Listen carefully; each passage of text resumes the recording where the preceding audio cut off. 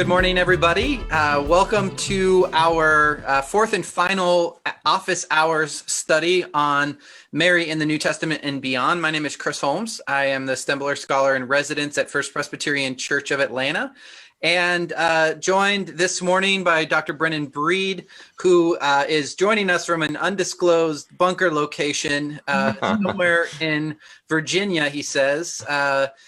With what I heard was a landline telephone earlier, so we know that yes, he's here. I have just learned how to turn off a ringer on a landline, a landline phone. I did it out not of the know. wall. That's the only way. And we're also joined this morning by Jennifer Awes Freeman, who is a friend of mine who was a Louisville Institute postdoctoral fellow with me.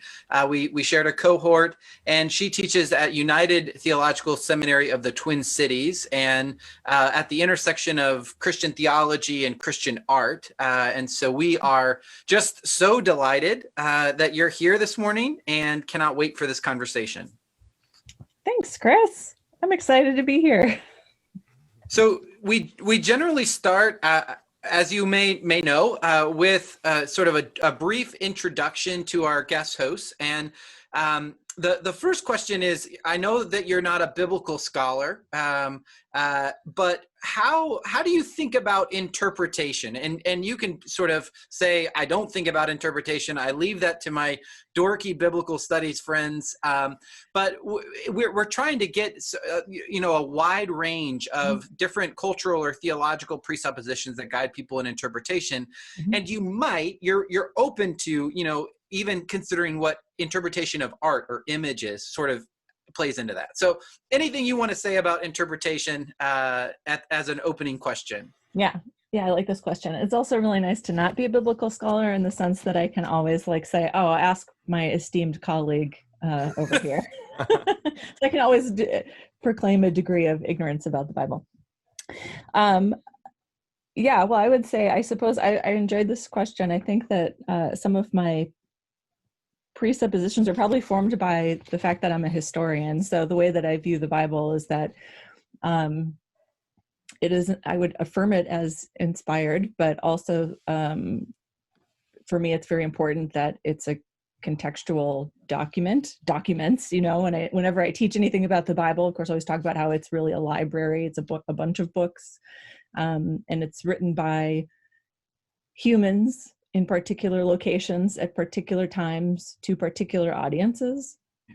And so before we do any kind of interpretive move to bring it into the modern context, it's really important that we attempt to appreciate it in its initial context and recognize that there's a lot of it that we can't fully understand or proclaim exactly because, we're not living in the 6th century BCE. But so that kind of move is pretty easy for me as a historian. And then with my students, that's the thing that I would, with any historical document, try and kind of impart on them.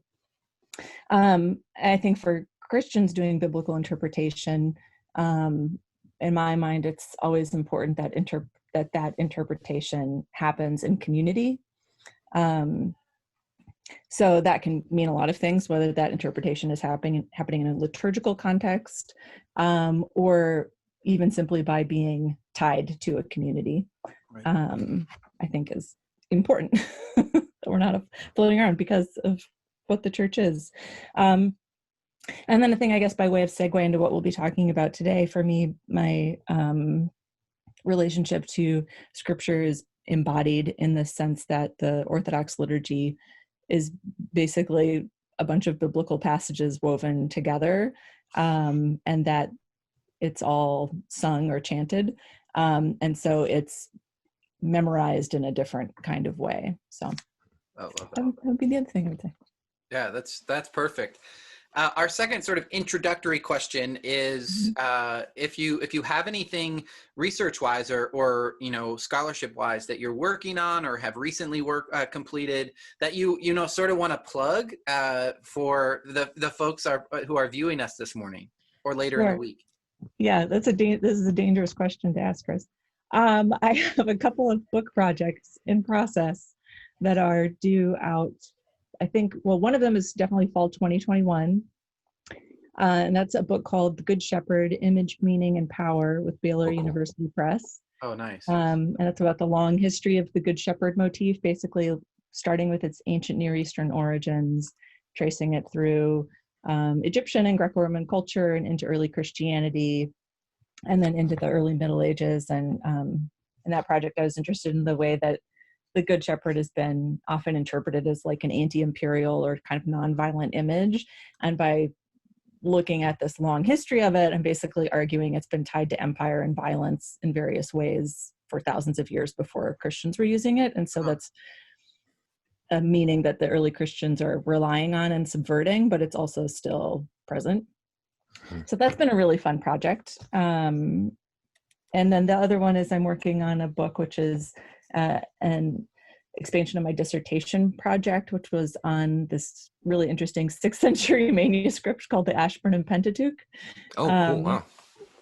Yeah, and I have kind of like working titles for that one, but basically it's about a Trinitarian creation image in which there's an anthropomorphic trinity, and some of the figures were painted over in the 9th century. So it's looking at like why some images of God are okay in one context and not in another, what's happening theologically and politically in different times that changes these things, and thinking about erasure of images as like embodied responses and arguments in their own right. So that's with Boydell and Brewer. And I'm not really sure when it'll come out, but in the next year or so, maybe. Yeah. That's great. That's great. Well, I know that the Good Shepherd is something that Christians, I mean, it is such a classic image. So, and I know Baylor University Press pretty well, so I'm sure it'll be an excellent book and folks will be able to find it. You said fall of 2021. That's right. Just in time for the AAR next year. That's right. Nice. That's great. I'll get it on discount. Yeah, that's right. Assuming we go somewhere for this academic conference. Yeah. So we want to talk about Mary first of all in Orthodox Christianity, and I want to name publicly my own guilt and my own misstep in previously identifying you as, you know, talking about Greek Orthodoxy, and you corrected me quickly and said, you know, that's not what I identify as, and so. I wonder if you could, you know, to a bunch of mostly Protestants, remind us of, you know, sort of a basic orientation to Orthodox Christianity, especially the part of Orthodox Christianity that is a part of your life. Yeah. So what sorts of things do you mean by Orthodox Christianity, and what are some of maybe the historical roots of it as a quick reminder? Sure. This might be a good place to go into my PowerPoint if that's all right with you. You should have all sharing privileges. Great. You know, I'm most comfortable when there's, as an art historian and an Orthodox person, most comfortable when there's images around. So the sooner we can get images up, the better. Yes. So, I don't identify as Greek Orthodox. The church that I'm associated with is called the Orthodox Church of America, oca.org. And they have their autocephalous self-ruling in America, but have historical ties to the Russian Orthodox Church. Okay. So that's the kind of lineage. But I mean, in a sense, actually, when we talk about early Christianity and Orthodoxy, that gets into some of that, because the one way to talk about the origins of the Orthodox Church is to think about basically the Orthodox Church and the Catholic Church, and in early Christianity, these are more or less unified, but they're distinct by language. So you have the Latin-speaking West and the Greek-speaking East, and liturgically, their liturgies obviously have the same main components and kind of framework, but you have the Latin Rite in the West, and then by the 4th century, what we call the Liturgy of St. John Chrysostom, and so they're related but distinct. So in Orthodox Christianity, the word Orthodox is literally something like right belief, right opinion, right teaching, that kind of thing. so this you could have like a whole nother, every single thing we're going to talk about, we could have an hour-long conversation about, sure, basically. Yeah. So I'm going to work really hard to self-edit about the essential information. And so I have a little tree here, which is not perfect. There are no perfect versions of these. And in fact, I had another image that I cut that was like literally a tree, but then it makes it look, things like this then tend to privilege one branch over another. And like visually, this goes to how images are important and how images impact how we perceive reality. Right. Yeah. But I thought at the very least, this might be a helpful tool. And the thing is that at least there's no straight offshoot that makes it look like everybody else is breaking away from them. But one of the councils that we're going to talk about very briefly is the Council of Ephesus. And you'll see here the Great Schism in the 11th century, which refers to when the Eastern and Western parts of the church, I don't even really like branches, and it's not denomination, so there's not, I don't know, a great word, but when they have an official split in the 11th century, and it's over a lot of things, as this helpfully lists, papal authority is one of the big ones, because the Pope had added the filioque clause to the creed without a council. And for up until this point in church history, decisions are made in council. And so they're ecumenical, which means universal, and that there needs to be a certain number of constituents from both East and West in order to make decisions about theology and the church and so on like that. So when the Pope made some decisions without council, then the East said, this is not how we've agreed to do things, to ridiculously oversimplify.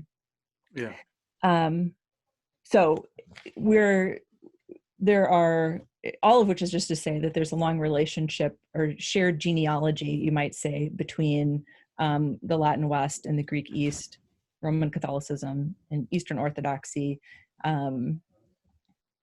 But they have been parted ways for quite a long time. And actually this kind of branch you might notice here, Eastern Rite Catholics use the liturgy of St. John Chrysostom and other Eastern rites, but are under the authority of the Pope in the West. So it's a interesting, I don't know, not quite recurring, I would say, but interesting relationship. Does that? Yeah, that's super. Efficient, yeah. Yeah. So what are some of the? Oh yeah. So what are some of the things that make Eastern Orthodoxy distinctive? It seems like what distinguishes it if you were to walk into an Eastern Orthodox church or talk to someone who identifies as Eastern Orthodox, how would that differ from someone who is say Protestant or Roman Catholic? Mm-hmm. Yeah, and I think, let's see if I can remember. Here we go. This is an image of my little church on the west side, or in the East St. Paul, technically. So this is a small church that's been around for over 125 years, I think, in this little location. So this is what you would see if you were to come into my church on a Sunday. Well, you wouldn't do that now, but someday. Things that you would notice about the liturgy, and we can talk about, of course, the spirituality and the theology related too, but it's all really bound up. And things that I would describe, you'd notice that it's very embodied, very sensory. So obviously every surface is basically covered in images along the walls here, the windows, the back walls, as you enter the church. You can see these candles burning at the front of the church here. And there would also be incense used at various points in the liturgy. This is from a special Sunday where a baby was being baptized. So this is a baptismal font here in the center. But this icon is standard. So we have kind of like a prime icon here, and then another one, which you can't see behind the choir stands, of Jesus and then Mary. And I have an image where I can talk really quickly about what's usual for an iconostasis, which is literally like icon stand. This partition between the altar and the nave of the church. So there's incense. There's the liturgy, as I mentioned, is entirely sung or chanted. The only thing that isn't is the sermon and announcements at the end. Everything else is sung. There's no chairs. There's no chairs. Yes, that's another thing. We have benches, depending on the building, because a lot of times buildings are inherited, or you take on a new building that maybe already had pews. So I've been in Orthodox congregations where there are pews. At our church, we just have a bench going all the way around, so that if you get, for somebody who's tired, or I see a lot of pregnant women sitting there, or children or whatever, but for those who need it, but generally people are standing for the roughly 2-hour service. We sit on the floor during the sermon or on the bench if you want. Yeah, so that's a good point too, because there's a lot of movement. And so, or what I would call layered action. Some folks might call chaos, because it's a lot more organic. So once the service starts too, people will be trickling in late often. And then we'll go up and venerate the icons, even as the liturgy is already going on. Now, hang on a second there. You said venerate. Now, as a Protestant, I mean, some people would be, very, now I'm an Anglican, so I'm very happy with images and I actually love them and so on. But some Protestants might say, oh no, you're worshiping the images. Is that what you're doing? So how might an Eastern Orthodox, worshiper explain what they're doing when they venerate an image? Yeah. Good catch, Brennan. Good catch. Thanks. I just blew right past that. Yeah, so there's a really important word distinction there between venerate and worship. And actually the Seventh Ecumenical Council, which is a thing that we're probably not going to have time to talk about, dealt exactly with this issue. So when we say venerate, the equivalent, I have actually a slide with the Greek on it a little bit later, but the equivalent is like to honor, basically. So images of, of course, Jesus and Mary and the saints, and the cross, the gospel book. These are things that deserve honor. That's expressed physically through, say, crossing oneself. In the Orthodox Church, even the way we cross ourselves is theological, where we're taught that, to do it like this, where the 3 fingers represent the 3 persons of the Trinity, and the 2 fingers here, the 2 natures of Christ, and so on. So you cross yourself, you would bow before the image and kiss it. So sometimes, say, depending on how long the line is or whatever, you usually will cross yourself 3 times, kiss the image, and then cross yourself 1 more time. And that might be a more full crossing in which you're also touching the ground. So there's lots of different kinds of liturgical actions for different seasons and things like that as well. So say on a regular Sunday in my church, during the epiclesis, or the blessing of the Eucharistic elements, we are on our knees for that point. And it's the, make this bread, the precious body, make this blood, so on. So we're saying amen after the priest says each of these prayers. At the end of that little section, we say amen, amen, amen. And then we bow fully and put our heads to the floor in a prostration. So that's, in my church, a thing that happens every Sunday. But then during Lent, there are other times where you would have penitential actions like that, very repetitively, like the canon of St. Andrew. But so there's lots of kinds of bodily movements happening. Veneration, so worship, technically speaking, is something that belongs only to God. So an Orthodox person would say, when I'm kissing that image, I'm not worshiping it. I know that that's just wood and paint and it's not God. But the teaching is, the belief is that when you honor something, that honor or that veneration passes on to the prototype. So this goes to Basil of Caesarea. So if I had I'm sure I have an image somewhere, but the equivalent is, or the way that I talk about it, I suppose, if I had an old photograph of like a beloved friend or my grandmother or something like that, if I rip it up, it doesn't hurt them physically. It doesn't do anything to them. I don't think the photograph is them, but it is a statement about maybe how I feel about them, right? Or my relationship to them, versus if I have that same photograph and maybe it's placed on a mantle in the living room or on a piano in a place kind of like prominence. And I might even, depending on whether that person's still alive or not, maybe look at it affectionately or even think about that person when I see that photo.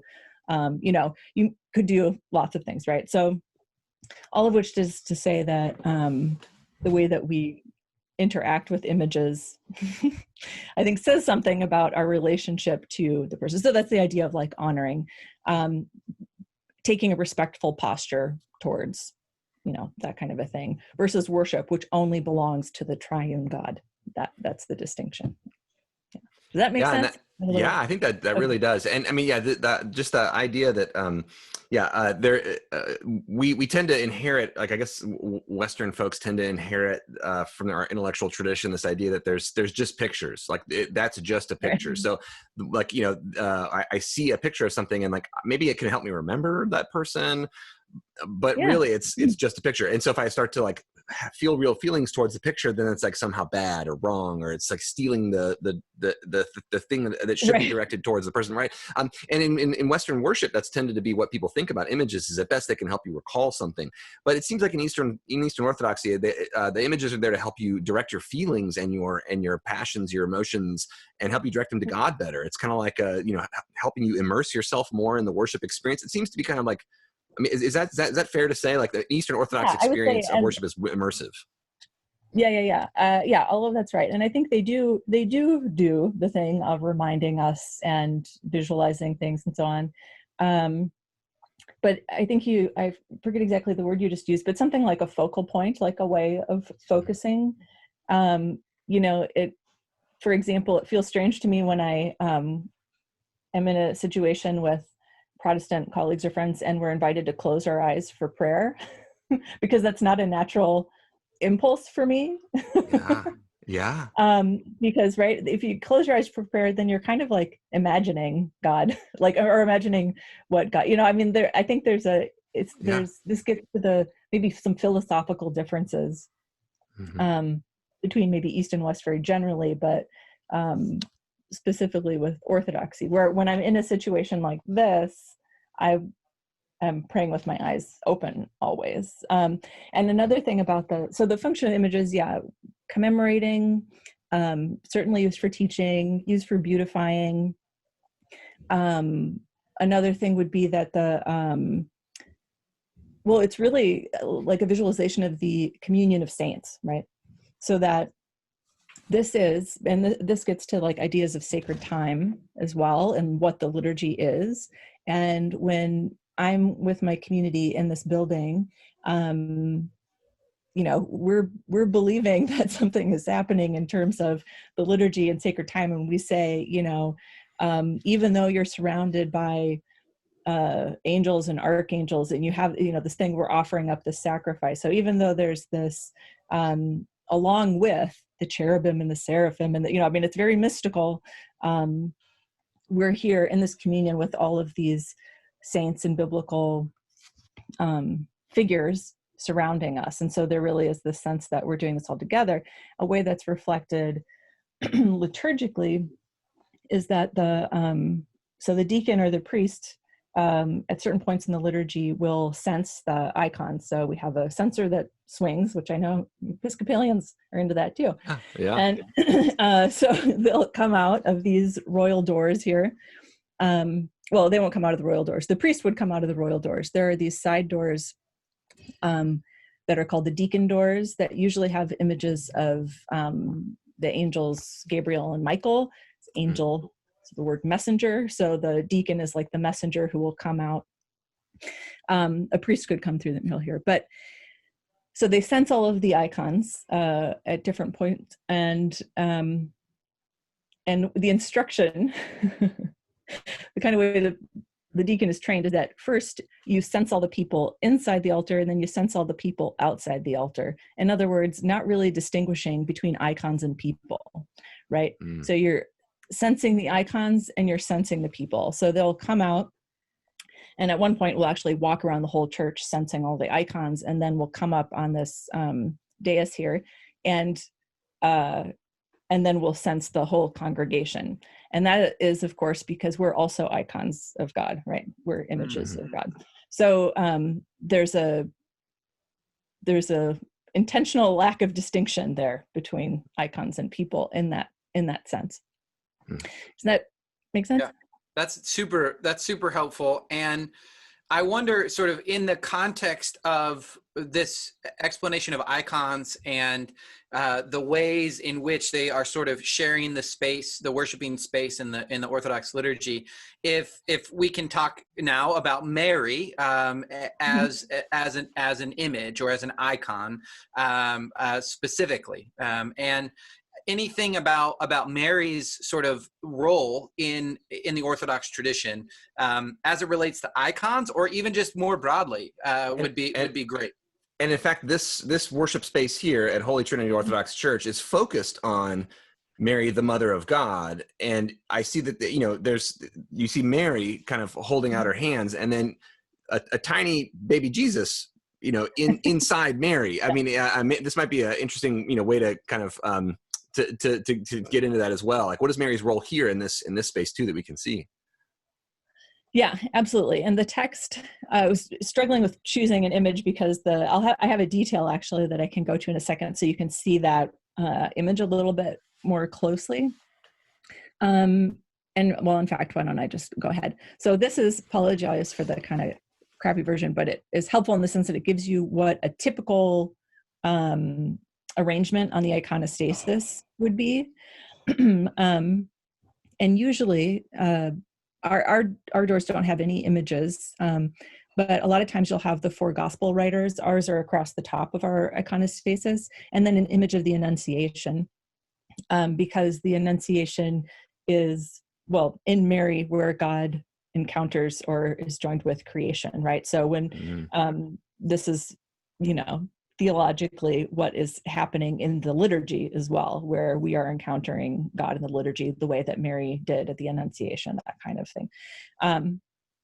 And then usually Mary will be to the left of the doors, Jesus to the right. I mentioned the deacon doors. In our church, one of them is an angel. The other one is who's called the good thief, the thief who recognizes Christ as God there.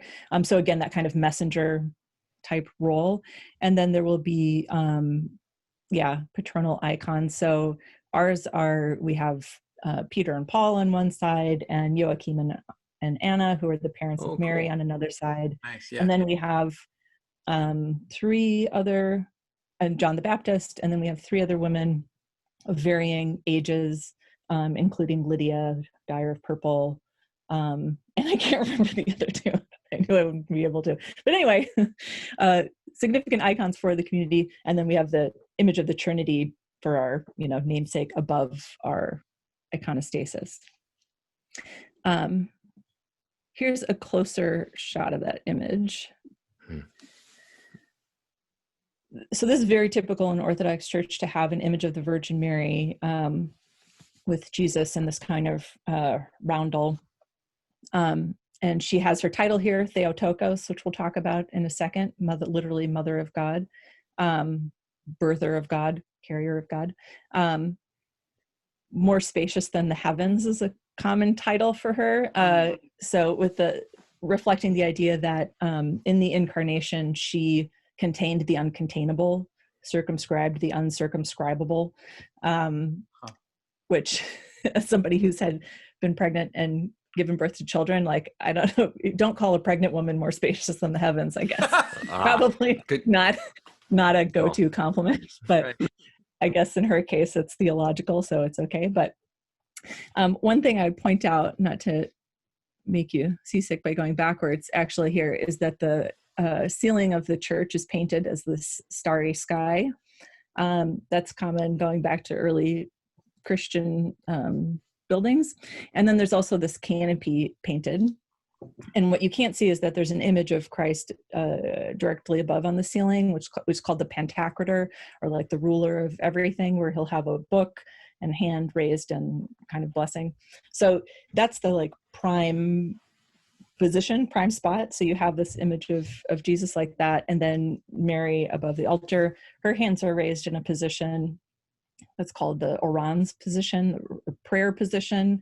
Again, goes back to early Christianity. You can see lots of image, and before, of course, not just in Christianity, but see many images like this in the early Christian catacombs and so on. So when the liturgy is happening, the priest is standing before the altar here and will take on the same posture. And so there's a reflection, so to speak, that's happening between the priest's posture and Mary's posture. And this is really in her role too as intercessor. Her name and kind of her name and title is sprinkled throughout our liturgy and kind of punctuates many different things. And then of course at certain times of year, like during the Advent season or during certain feasts, there's even more hymns in her honor. But so the priest becomes like an image of Mary in some ways, intercessing with the congregation. She is a model for everybody, including and especially the priest. And you can see this image of Jesus here administering communion to the disciples, and so that same posture is mirrored there as well.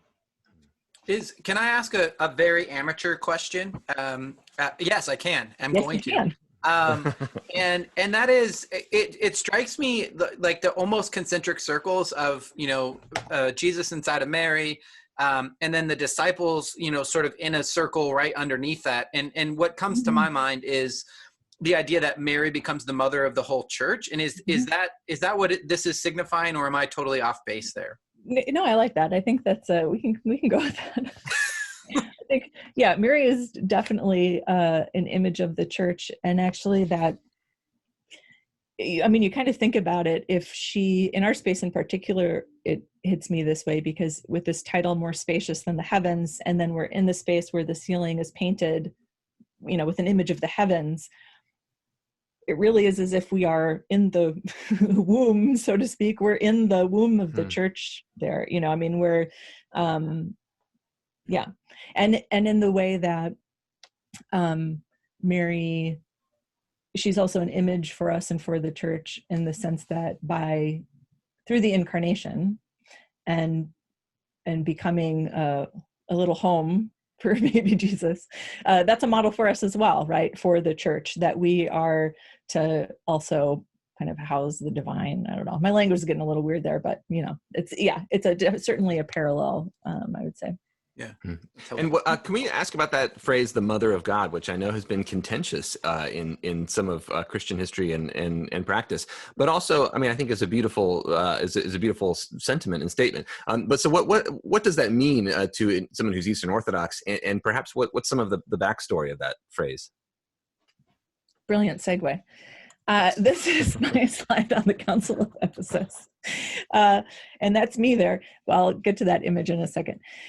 Yes, so it is an important title, and it was used. It was already in practice. So Theotokos, the God bearer or God birther, carrier, technically, I think. Chris, you can get in there on the Greek if you want. You're good so far. Okay. But it was a title that had already been in practice for some time before this council, but the council, put the official stamp on it, so to speak. And the council was called in response to Nestorius, who was the Archbishop of Constantinople at the time. And he was, so as was often the case, or at least my perception of it in the early Christian church, there's a bit of, back and forth in terms of overcorrecting, perhaps, in response to certain what were deemed heretical teachings. So Arius in the 4th century had been trying to figure out how to think about the persons of the Trinity, right? And was trying to avoid polytheism. So used this really, what was for him an unfortunate phrase, to refer to the Son and say that there once was a time when he was not. And was kind of emphasizing the primacy of the Father and so on. So that didn't end very well for him, the First Council of Nicaea. So, and this is the early councils are are figuring out, well, you have the Nicene Creed, which Brennan, in your tradition, I'm sure you say a version of that. Also technically the Nicene Constantinopolitan Creed, but we don't need to get into that. Anyway, response to Nestorius. So Nestorius was teaching, he's maybe over, like, responding to Arius in a way, and also trying to figure out the relationship of the persons of the Trinity, but it was especially a Christological issue. And so he had himself also another unfortunate phrase where he said something like he refused to believe in a God who was like 8 months old. Like that basically he had a hard time with the idea of the incarnation, that Jesus was fully God at conception, at birth, and so on. So the Council of Ephesus affirmed, as I say here in the slide, the eternal divinity of Christ, two natures united in one person from the get-go. So in other words, Nestorianism is a kind of adoptionism, saying that, the man Jesus was born and at some point was kind of adopted into the Trinity, or became God, or, so this is the kind of very tricky arithmetic that the early theologians are trying to figure out. So the title of Mary, Theotokos, God birther, gets at this because it's saying that when Jesus was born, and even before that, when Jesus was kind of conceived, he was God from the beginning, right? From conception, from birth. So Mary gave birth to God. Nestorius preferred the term Christotokos, was what he was arguing for. She gave birth to the Messiah. So it's a bit more ambiguous in the sense of whether or not that Jesus was God at that point. So it sounds like, I think it's easy to hear that term and say, this is all about Mary. And, some, like, Catholics often get accused of worshiping Mary and that kind of thing, right? But it's important to note that this is a Christological title. I mean, it's making a Christological argument, in other words, and it's less about Mary and much more about who Jesus was. Right. Yeah. Does that That's make sense? helpful. Yeah.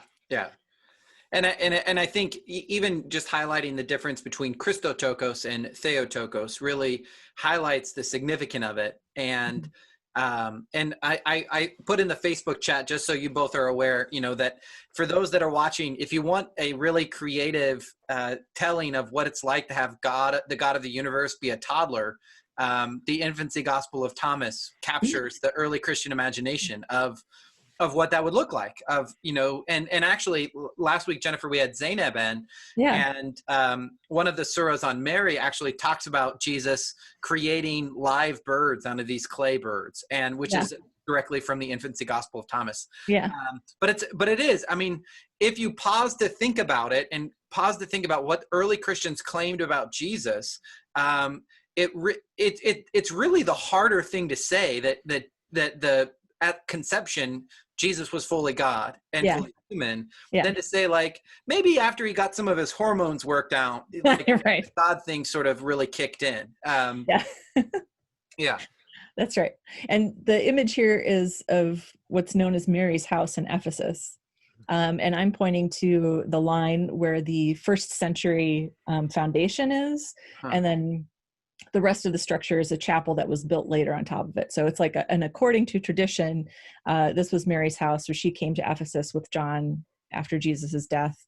And so holding the council here was like no accident, because Ephesus was already associated with Mary because of that tradition. So And we learned from Zainab last week that a holy site for Islam and of course venerated by the Pope and the Roman Catholic Church. So multi-faith kind of a site of veneration.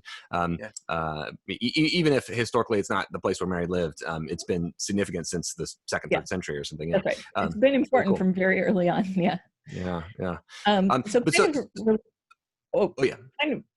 Related to that, I have an image to show too, very briefly, because it's right in the context of the Council of Ephesus. This is kind of a terrible quality image, but also ignore most of this silly Baroque stuff that's on top of it. This is the Church of Santa Maria Maggiore in Rome, and there are mosaics here that flank the nave. And I'm going to show you an image from what's called the triumphal arch over the apse, over the altar here. So this is one of the first monumental churches, dedicated to the Virgin Mary.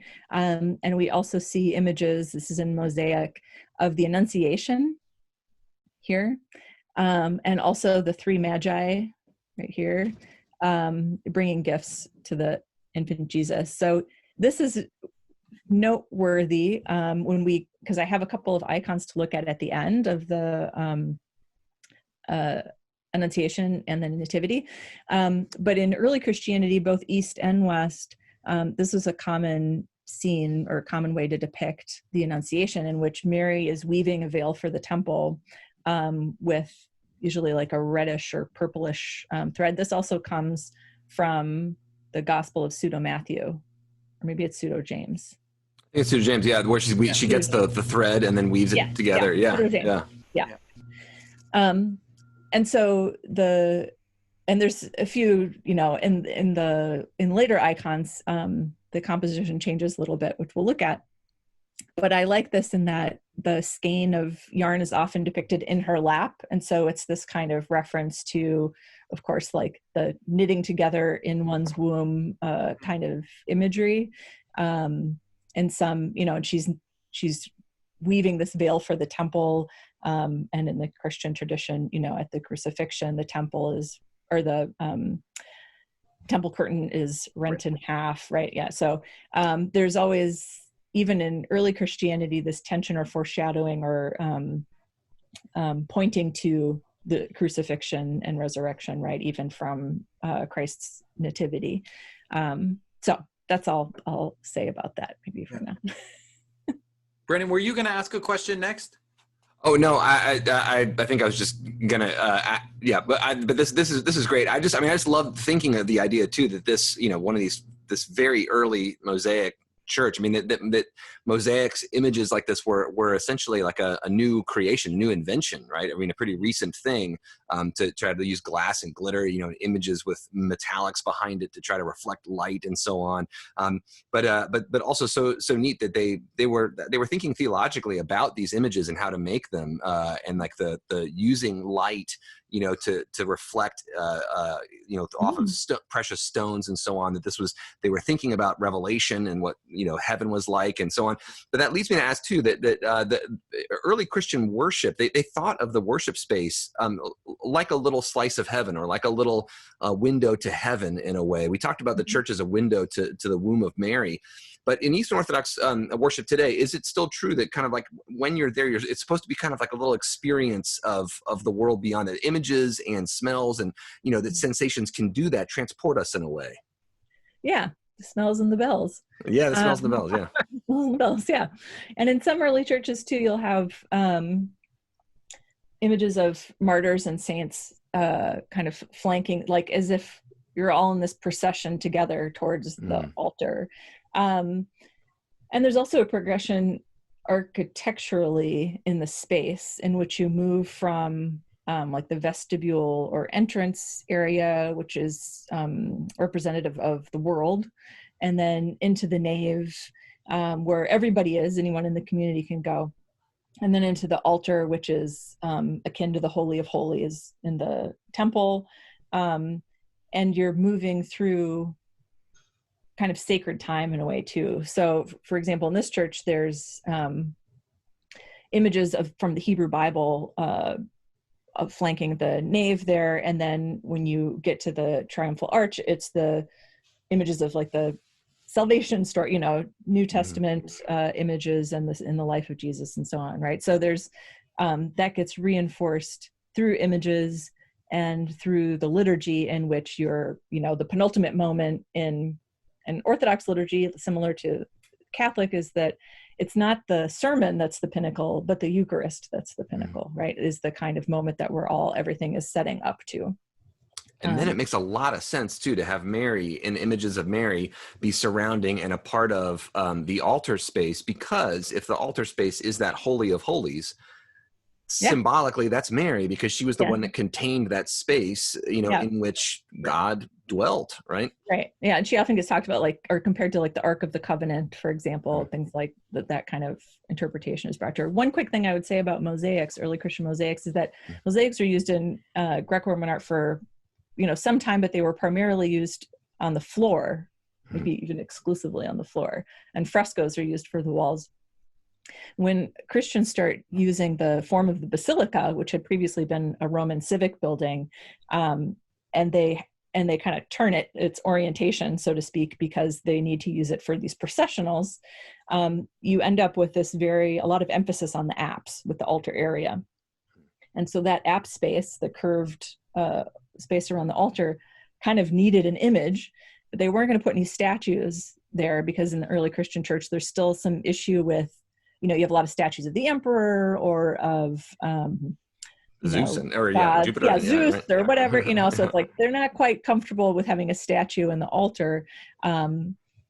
So what they end up doing is having a kind of a bit of an innovation and taking the mosaics that had previously been used primarily on floors and then putting them on walls and ceilings and so on.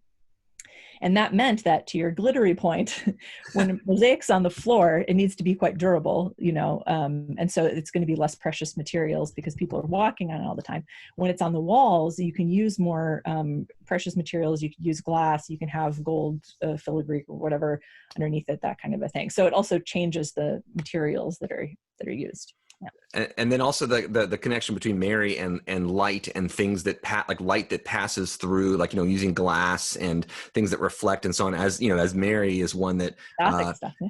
Right. Yeah. I'm that's much more my home, but I bet that makes some sense with the way the mosaics are used, the kind of gold background that's used in mosaics in the Eastern Orthodox tradition primarily. Like, it's almost like people are kind of floating in space or something, but it's this kind of heavenly space.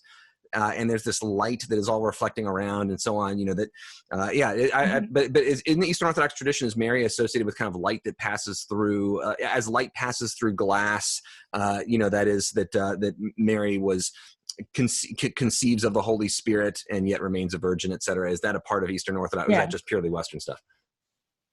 That's a good question, because I guess I don't know that, I don't know that I've encountered that, but that doesn't mean that it's not the case. Yeah.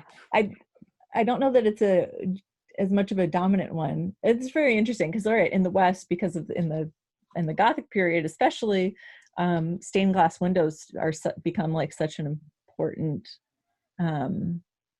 medium. Yeah. And so then you have like the rose window and the theological interpretation that goes along with that. I don't think that I'm trying to think of an instance in where I've seen something like a rose window in an Orthodox church, but I would think it would probably only be if they were moving into somebody else's building and it was already there. Yeah, but it is one thing too about Eastern Orthodox theology and images and so on that I found really interesting. As someone who's not Eastern Orthodox, but it's kind of informed my faith and my theology, at least my understanding of it. But the idea that when Christ assumed human form, inside Mary, that this is truly the moment of at least the beginning of salvation. That in Western Christian thought, oftentimes the crucifixion, resurrection, that's basically what you talk about. Christmas is kind of like the predecessor to that, the incarnation. But in Eastern thought, that Christ's assumption of humanity is really that's the beginning of salvation itself, right? And it kind of spreads almost like through all matter is in some way kind of saved in some way by Christ's assumption of matter. Is that am I saying that right, or how do you understand that through art as well? Yeah, I like that too. I think that it gets me to a thing I meant to say at the beginning, which is about sacraments and sacramental theology. And in the Orthodox Church, there is this, there are like 7 sacraments, although the numbering of sacraments is more of a Western Catholic thing. And sacrament is the kind of like Latinized version or equivalent of what are called like mysteries, where we get the word mystical from, same root word. And so while there are, yes, these like 7 sacraments or mysteries, really the idea that the church is defined as like new life. Everything in the life of the church is a sacrament in a way. Yeah. And so the 7 sacraments kind of mark these important times, like baptism and so on, but and they're important for like life transitions in a way, and mark those things. But really, exactly to the point that you're saying is that everything is sacramental in the life of the church, because it has this, it's part of the working out of salvation. I mean, everything, if our life is lived by the Holy Spirit in union with God for these things, then everything is a sacrament in a sense, like I don't mean that in a trite way, like in a real sense.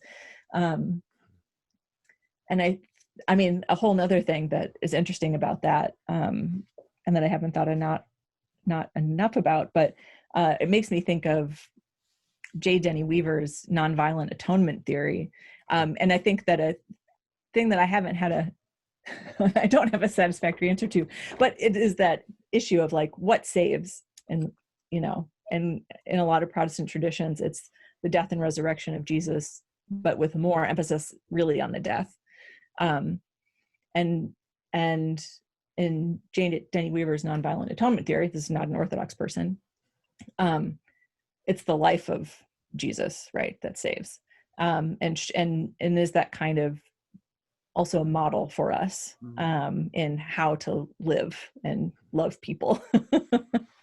But that's a whole thing. Now I'm like thinking about our Lenten liturgies and all these kinds of things where we have a little bit of that theology, but there is also definitely an emphasis on the passion narrative and all of that. But anyway, that's a great question.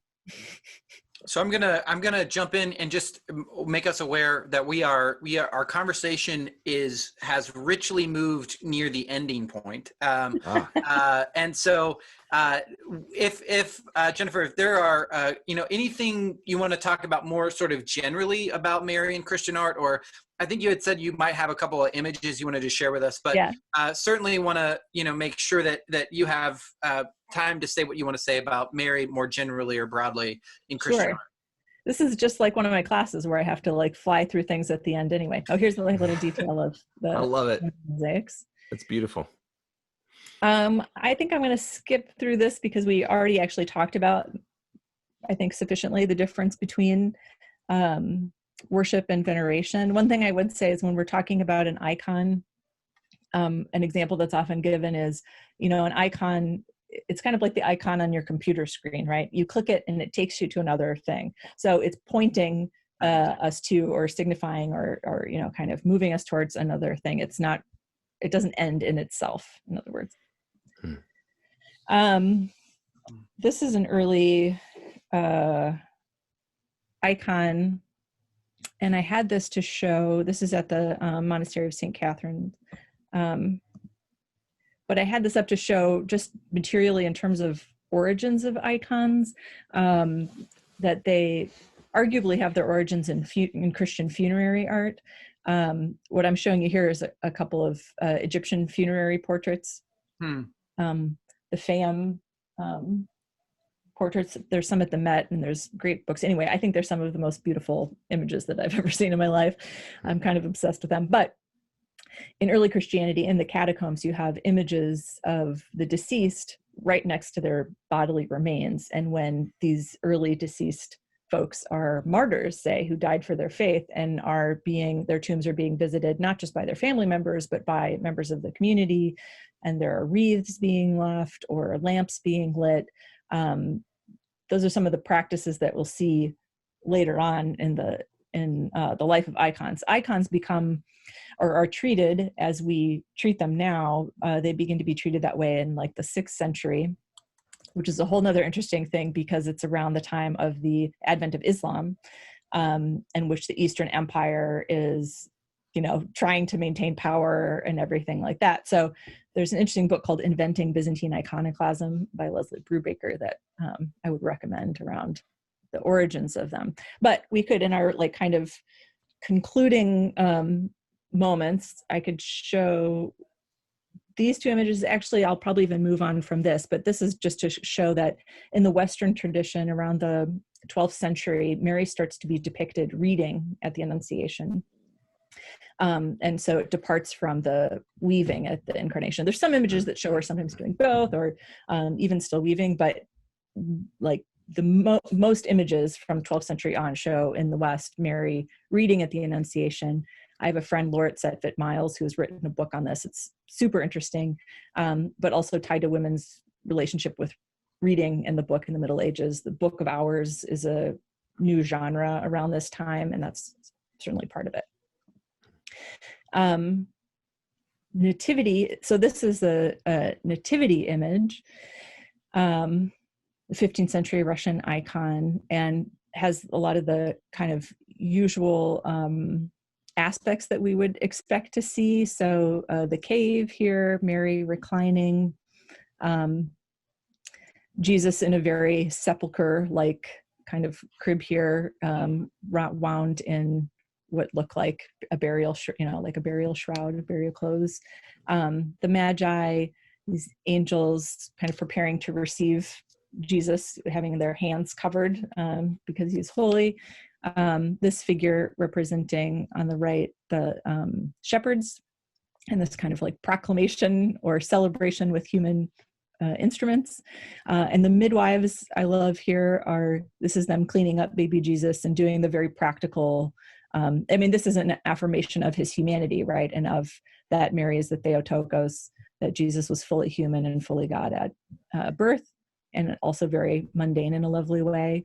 The three Magi, and then here's poor Joseph kind of contemplating everything in the corner.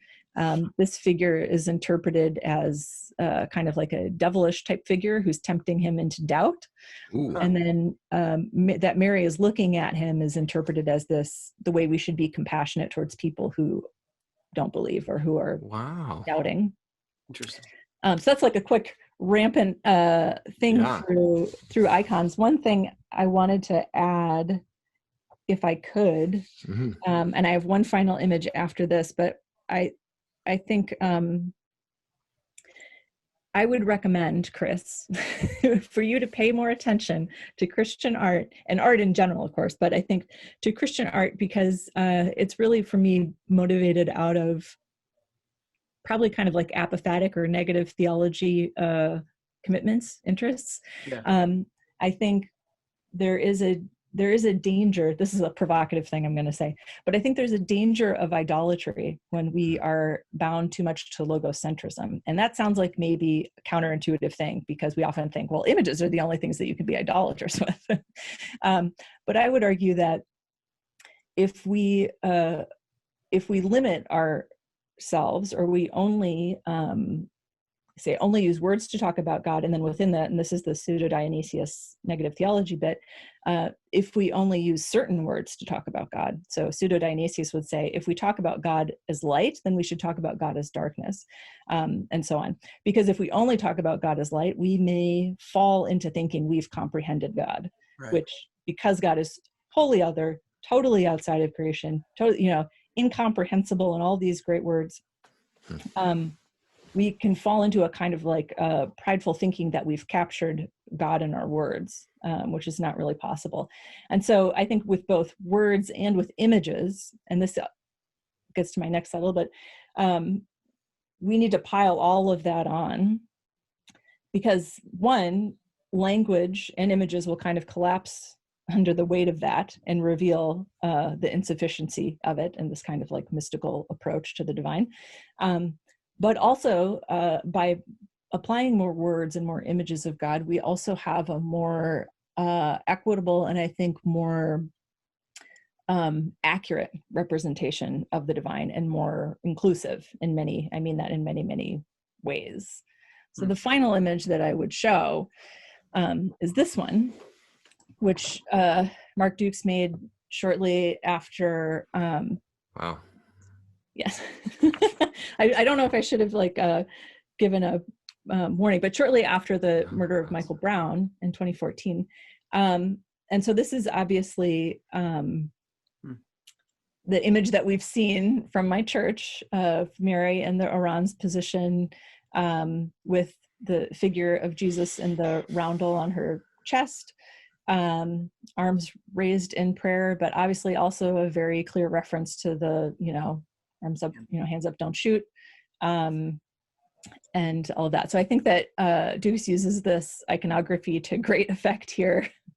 And maybe it's kind of a big image to leave us with, but I think that, the crosshairs of the target there, which are cruciform, right, but in this sense have this kind of like double, very menacing meaning here.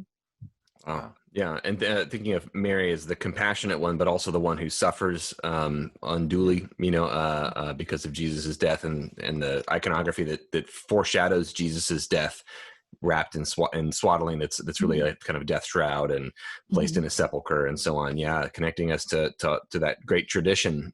Someone might look at this and say this is kind of a flippant.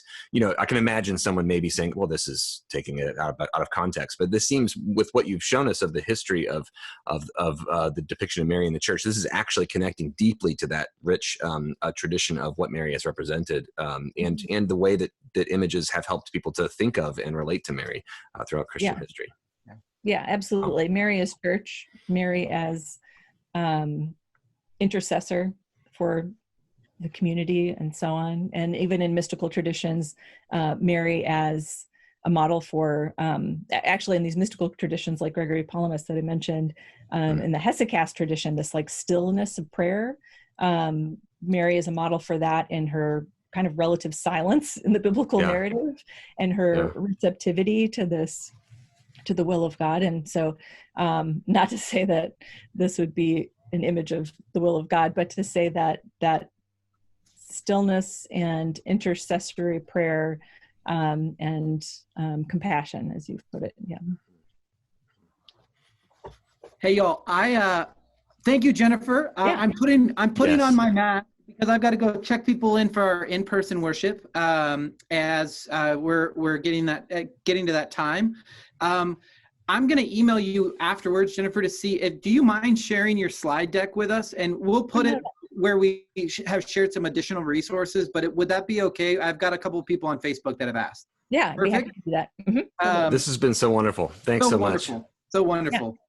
Thank you all for joining us. Brendan, we'll be in contact with the office hours group about what's next, but we wish you all a Merry Christmas. We're almost there. Advent 4 and Christmas is just around the corner. So blessings to you all. And Jennifer, again, thank you so much for being with us. Yeah, yes, and may we have a happy new year. Yes. Amen to that. All right, y'all. Jennifer, thanks so much. Bye. Peace, y'all.